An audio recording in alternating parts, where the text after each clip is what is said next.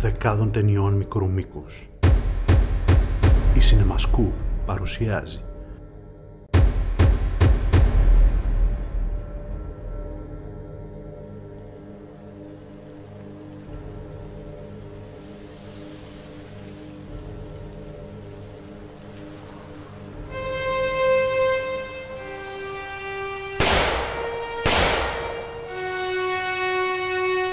Μην το χάσεις από τα μάτια σου.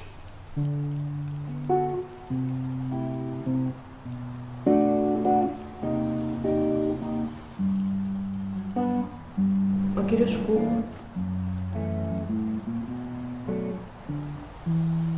Όλη η πόλη μιλάει για εσάς.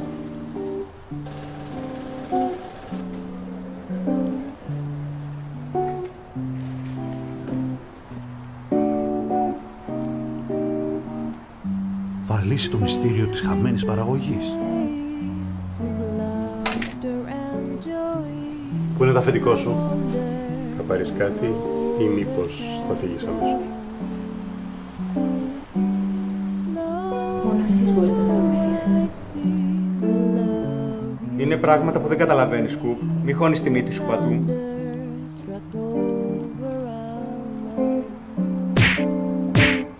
Μάλιστα, κύριε παραγωγέ. Ρε, πού είναι το αφεντικό? Και το βράδυ, όπως είπαμε.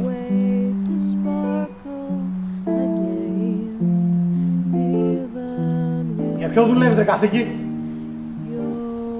Μια ανεπανάληπτη ερωτική ιστορία. Έλα, Σκουπ.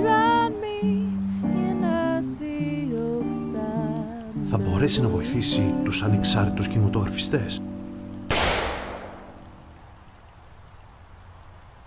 Η Cinemascoop χρειάζεται τη βοήθειά σου.